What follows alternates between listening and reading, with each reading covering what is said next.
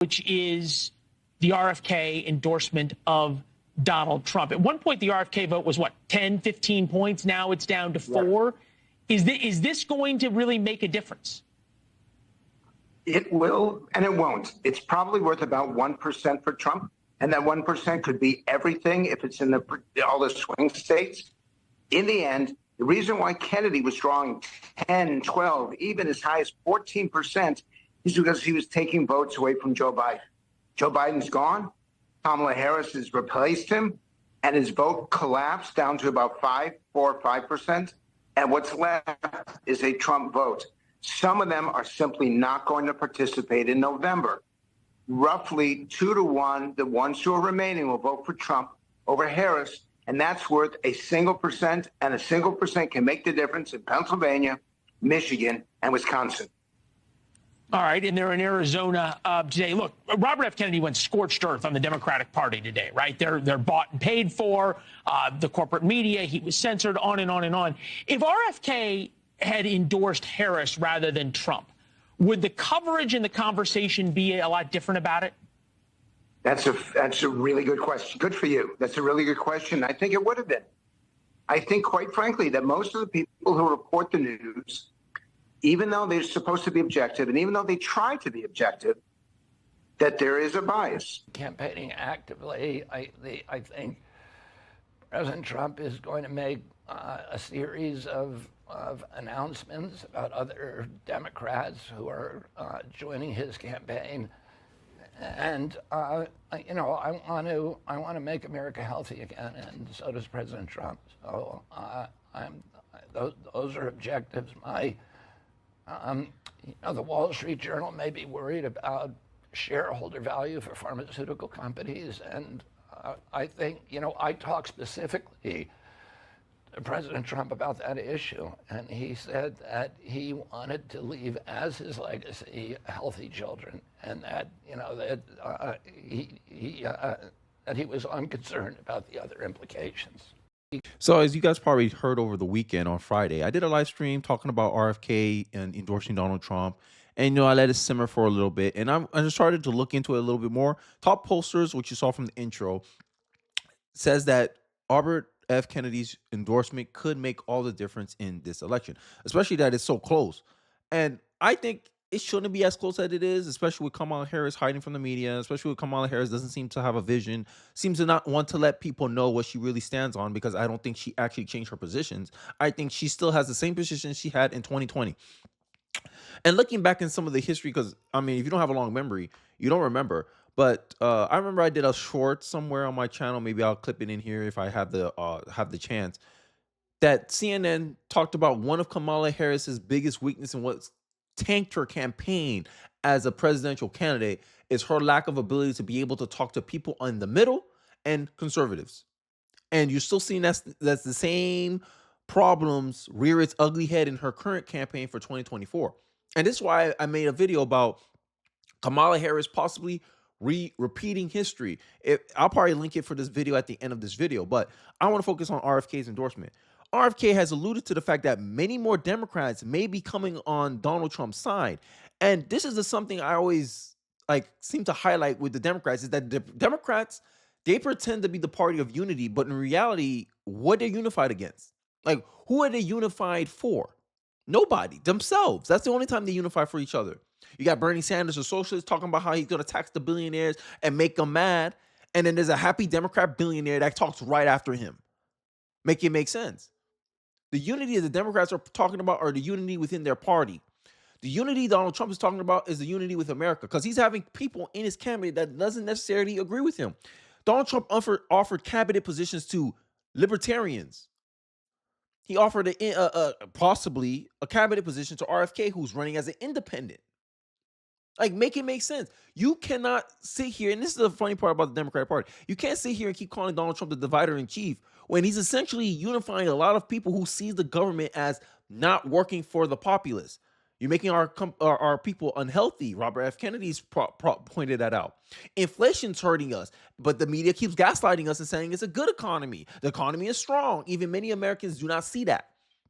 And you're saying, instead of Americans saying, "Oh, we understand how you feel, we'll do better." No, the media gaslights you and say, "No, you have to accept that this is a good economy." Can't you see? Look at the stock market. The stock market is good. And this has been something that I've been constantly highlighting on this channel. My God, I don't know how many videos I did on media bias. How many times must I put up the stats? 97% of US journalists are Democrats. Only 3% are Republicans. What incentive does a Democrat journalist have on reporting negative news about their candidate? Not likely. It takes a very principled person, and I don't know Democrats to be very principled. But I digress. Here's some clips about like some of the things that were highlighted by Frank Luntz, Robert F. Kennedy, people like myself, about the bias that the media has, and they keep running cover for Kamala Harris. Let's take a look. One of the programs that she started on truancy, which is what a lot of people have been hitting my Twitter feed about, how, you know, that program, from their criticism is it separated black children from their families. She talks about the fact that, you know, yeah, there were a lot of tough decisions that were made, but I stand by them. She's going to have to talk about that more fully. Kamala Harris never sent parents to jail for their kids' truancy.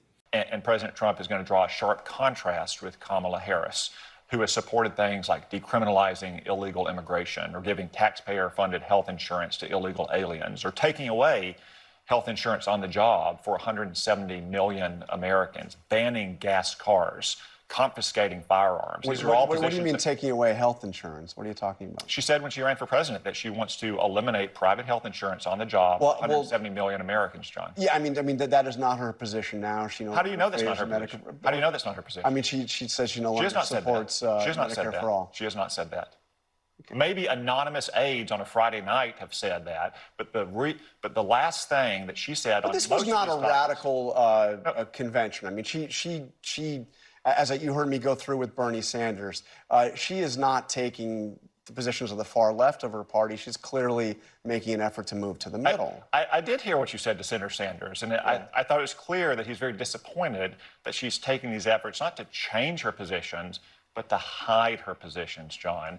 The American people are totally justified to conclude that Kamala Harris is a dangerous San Francisco liberal based on what she campaigned on the last time she ran for president and what this administration has done for the last 4 years. Again, you would have thought watching the Democratic convention last week that the Democrats are not in office, that they're not in power, that they're campaigning against an incumbent Republican, when in reality, she's been part of the failures of the Biden-Harris administration for 4 years. And when she campaigned for president, in her own right, she did in fact promise things like decriminalizing illegal immigration and taking away health insurance. But that's a position she's clearly changed on, and she has said she has changed. Yes, she has. No, she has not. John, she has not said that. Oh my God, yo, this is the prime example of what the hell I'm talking about. Remember, I mentioned it. 97% of journalists are Democrats. So 97% of the time, this is how the media will cover for Kamala Harris. I did a video about how studies shown, a research study came out and showed that the media covers 87% of the time or 84% of the time Kamala Harris in a positive light, and they cover 89% of the time Donald Trump in a negative light. Does it make sense now when I bring in the context that, hey, 97% of journalists are Democrats? Doesn't it make sense why the Democrat gets majority of the positive coverage and the Republican gets the majority of the negative coverage? And then people wonder why the hell they have this idea that Donald Trump's a racist, xenophobic felon. Because that's all you've been taught. That's all you've been seeing. That's all they allow you to see, actually. To the point where people are getting triggered for the fact that a famous football star, Patrick Mahomes' wife, liked one of Trump's Trump's post on Instagram about what he wants to do. His policy platform, which Kamala Harris doesn't have. I bet you if Kamala Harris had a policy platform on her Instagram page, she'll get some likes too. But no, y'all want to get outraged and call a wife of a biracial football star racist. How can you have black kids? Black kids where? Have you seen Patrick Mahomes? This is my problem with a lot of these black Democrats, is that they believe in this racist idea of the one drop rule.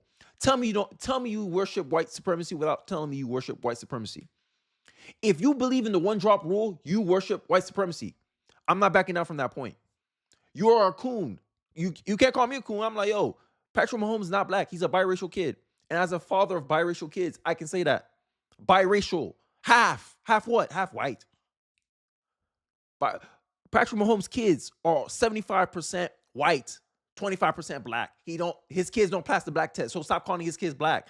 This is one of the most annoying things that I have against black Democrats. I don't know if it's a form of white supremacy or black supremacy. It's one of them. All I know is racial supremacy is bad, right? So I condemn it on both sides. Like Donald Trump, we condemn on both sides, right? And this is the problem that I'm starting to notice with the Democratic Party. And this is one of the reasons why Kamala Harris doesn't want to go speak with the media, is the media is doing the job for her. Like, many conservatives are pointing this out. Yo, there's no purpose, there's no incentive for Kamala to come out and defend herself when the media is doing it for her. When she got her 97% journalists who are Democrats defending her, right? And also, for the American people, I want to highlight a contrast too, because Donald Trump is making the contrast. We're going to see a comparison of how many times that Kamala Harris mentioned Trump and how many times Trump mentioned Kamala Harris. Let's take a look. But when you look at the Democrat convention, Howie, do you know how many times they mentioned President Trump's name during that convention? I bet you're going to tell me. I'm going to tell you 401 times. They mentioned inflation 9 times. They mentioned illegal immigration 0 times.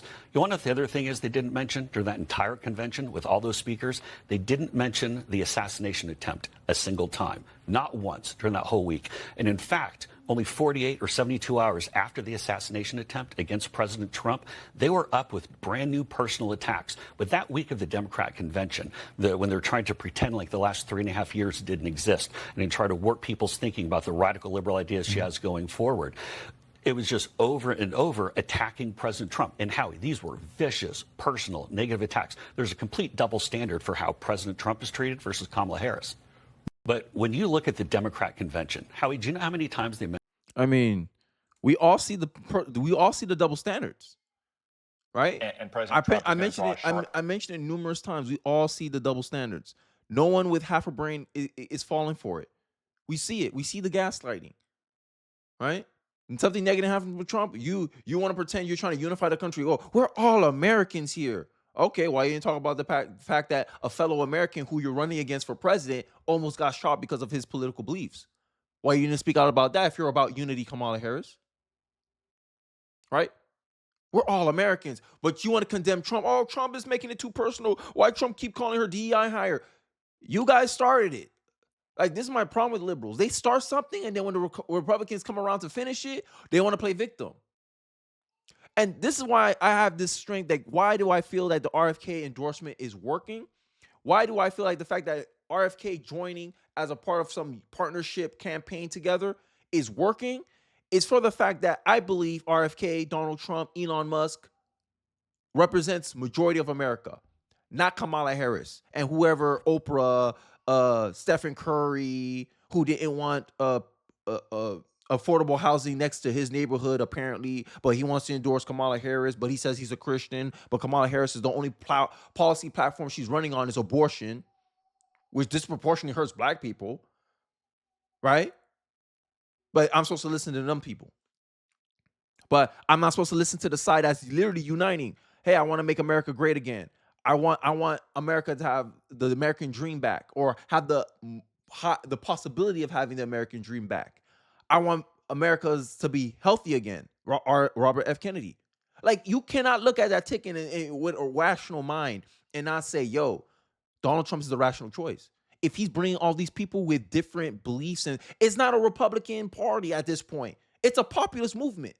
Donald Trump represents populism, right? And the left always like to pretend that they're for the people. You're not for the people. You're using the people as pawns to get into power because you don't have no principles. That's inherent in socialism. Socialism says you can't be a true socialist if you're not an atheist. If you believe in God, if you believe in principles, you can't be a socialist, because socialism says you won't do what needs to be done to enact socialism. So you want me to put these morally irreprehensible people in office? You expect me to believe what a daughter of a Marxist says, and you think she's going to hold her word to it when she's in office right now, not showing any attempts of actually actualizing any of the policy positions she's pushing right now? We're going to watch this last clip, and then I'll wrap it up with a former Democrat campaign worker. She speaks out after attending the DNC. Let's hear some of her thoughts. Okay, I'm gonna get real in this, and it's probably gonna piss some people off, but I'm okay with that, because if I'm not being honest, then what else am I doing? I just got back from the DNC where I signed up to volunteer, and when I initially had signed up to volunteer, Joe Biden was still the nominee. It wasn't yet Kamala Harris. I've worked in progressive politics for a long time. I have worked for many different Democratic candidates, Senate candidates, House candidates, even some Democratic organizations. And as the years have gone by, I found myself getting more and more disillusioned with the Democratic Party, although until now I've never said that out loud or anywhere public. And I just want to say that by saying this, I'm not necessarily saying that the other party is better. I'm just giving you my experience with working with the Democrats. See, it's people like her that kind of gets me a little bit frustrated. Oh, the other side's not better. Well, you're disillusioned with the Democratic Party, right? You know they don't really stand for what they believe in. They're just really just saying what they need to say to get you to vote for them so they can stay in power, right? But you want to say, oh, the other side's not better. Why the other side's not better? I always want to ask that question. I never heard someone give specific examples of why the other side wouldn't be better, right? But this probably was made before RFK's endorsement. And this is why I think RFK's endorsement will make a difference. It'll make a huge difference, right? And especially from the optics point of view, oh my God, they're mega extremists. You calling RFK a mega extremist? Yeah. So like, watch, that's going to be the narrative coming out this week. They're going to try to somehow make RFK always seem like he was a Republican MAGA. A Kennedy? A Republican? Oh, okay. Yeah. Yeah. Okay, media. Okay. Yeah, 97% bias, but yeah. This is how the Democrats, I said the Democrats, but I'm talking about the mainstream media. This is how they lose their credibility. They can't check their own bias. I'll give it one more minute before I wrap up. Throughout my career, I've mostly done campaign fundraising, so I've seen it the way that it works behind the scenes. And I know that candidates spend 8, 9, 10 hours a day just calling donors and begging rich people for money. It's pretty much the only people that they talk to. I mean, of course, sometimes they have to talk to voters, but the majority of their time is just spent calling and begging rich people to give them money for their. And this is how you get a billionaire on the Democratic stage right after Bernie Sanders just sit there and talk about how we need to tax the rich and take their wealth away. That's the Democratic Party for you. The Republicans, like, and you can't make that same critique about the Republican Party. The Republican Party said, yo, we like capitalism. We believe within certain limits, capitalism is a good thing. Right? Now, we don't like globalism, like these national organizations coming here and trying to dictate to us what we can and can't see. Like the GARM that just got disbanded because they got called out for meddling in the affairs of a country and what information we're allowed to see and not see, trying to create an incentive structure where they punish people who express views that are opposed to their worldview. Now, we conservatives don't stand for that. But we understand, hey, like, there's good trade-offs for allowing the rich to be the rich. Right? Because at the end of the day, rich people, like it or not, are Americans too. And you have to have policy that benefit them as well, because we're all interdependent on each other. Rich people need our labor and we need their capital to come together. But socialism, it creates that it makes that relationship antagonistic. Oh, I'm gonna use my labor and then I'm gonna try to leverage it to get you to do what I want. And if you don't do what I want, I'm gonna go to the government to make them take money from you to give it to us. Then what the senses of the capitalist has? Okay, the capitalist will be like, the rich person will be like, all right, F this country, let me leave. I revoke my American citizenship. Now you have no entitlement to my money anymore. And rich people are more able to do that than a poor person, than a working class person, right? As an American, I see it as an arrangement. Hey, like I need your capital. I need to get paid for my work. You need my skills to make your vision work. Hey, we come to the middle. That's why I say capitalism is the fairest system compared to socialism. Socialism is just slavery. You're going to make someone do something against their will, right? So you can get a benefit off of it, because there's just more of you than the other person. Tell me I'm lying. If you want to see socialisms in full effect, just look at slavery. You work, I eat. I'm an artist. My artistry don't work. It's not worth much money, but I want the government to artificially pay me more money. Minimum wage. Let's increase minimum wage. That's what minimum wage is all about. You force the corporations to pay more than what they have to for a position. Hey, you don't benefit me that much. You don't benefit us that much to be charging this amount of money. I'm going to have to raise the cost. And then everyone's going to complain about inflation. But no one notices the trade-offs. Everyone hears the desirability of a policy. but not the feasibility of the policy, not the practicality of a policy, because that's how it actually gets done. Not your vision, not your imagination. That's why I said liberals seems to live in imagination. I don't know, man. I just think that if America doesn't get past its feelings, right? Because nothing ever gets done with your feelings. That's what I grew up all my life. Hey, when you feel tired, you still got to show up to work tomorrow. Because if you went with your feelings, you will not be as productive as you are now. And that's the reality. And that's how I think voting should be too. Hey, get past your feelings. Who's the better option? The Republicans are. Half the party in the Republican Party is fighting for the people. But how many people on the Democratic side are fighting for the people? I'll say 10%, maybe. Maybe. If not zero. Nobody in the Democratic Party is fighting for the American people. For the most part. At best, 10% of them are. While on the Republican side, you see it's half-half. So I'd rather get a percentage of something than 100% of nothing. And that's how I see my vote in 2024. Voting for the Republican is I'm getting something for my vote. Whether it's RFK making us healthy again. Whether it's Donald Trump lowering the encounters in the border, something he already done with the same hand as dealt to Biden and Harris. Lowering inflation. Giving us more opportunities economically. We want to give Trump a crack at it because when 2019 was one of the best years in many people's lives. But Kamala Harris, we're not going back. Okay, yeah, you don't know how to talk to moderates for real. You don't know how to talk to Republicans for real. You're currently in office and you're pretending that you're not. And the media is playing along with it because majority of the media are Democrats too. And they want their person to win. This is the reality of 2024 America. Pick your struggle. That's why that's the election. Pick your struggle. I'd like to hear your thoughts in the comment section below. Don't forget to like, comment, subscribe. I appreciate you guys watching to the end of the video, and I'll catch you guys on the next one. Peace.